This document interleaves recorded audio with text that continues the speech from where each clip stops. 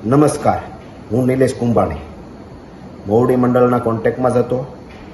બાબુભાઈ માંગુકિયા સાથે મારી વાત થઈ હતી. આવતીકાલે સવારે હું અમદાવાદ આવવા નીકળીશ. મારા પરિવાર, સગા સંબંધી મિત્રોને મેં કીધું હતું કે કોંગ્રેસ પાર્ટી આપણી સાથે છે, આપણે કાંઈ ડરવાની જરૂર નથી. બધાનો સાથ સહકાર લઈ અને પિટિશન દાખલ કરવા માટે હું અમદાવાદ જવા રવાના થયો. ત્યારે કોના ઈશારે અહીં કોંગ્રેસના કાર્યકર્તાઓ ઘેરે આવી અને મારો વિરોધ પ્રદર્શન કરી મને પરત ફરવા મજબૂર કર્યો. જ્યારે રેલીમાં સ્વયંભૂ લોકો જોડાણા હતા, કોંગ્રેસના મેન આગેવાનો, અહીંના નેતાઓ પોતે મારા રથમાં પણ બેસવા માટે તૈયાર નહોતા, મારી સાથે જોડાતા નહોતા.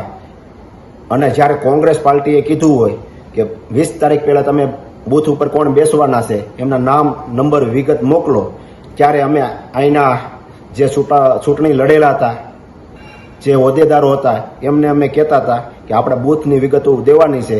ત્યારે એક પણ આગેવાનોએ બૂથ આપ્યા નહોતા. કાર્યકર્તાઓ જે કામ કરતા હોય, કાર્યકર્તાઓ જે બૂથ આપતા હોય, એમને પણ ના પાડતા હતા કે આપણે બૂથ આપતા નહીં.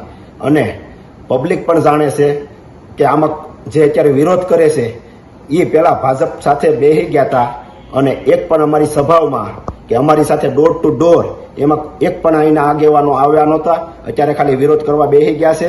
અગાઉ પણ એ ફૂટી ગયા હતા અને મને એકલો મેકી દીધો હતો. પ્રસાર પણ હું એકલો કરતો હતો. 2017માં મારી ટિકિટ આવી, કપાઈ ગઈ. ત્યારે પણ ભારતીય જનતા પાર્ટીનો ઓફર હતી કે ભારતીય જનતા પાર્ટીમાં જોડાઈ જાઓ અથવા અપક્ષ લડો અથવા કોંગ્રેસ વિરુદ્ધ નિવેદન આપો. તોય પણ મેં કોંગ્રેસ પાર્ટીને કાંઈ નુકસાની જાય એવું એક પણ નિવેદન આપ્યું નહોતું.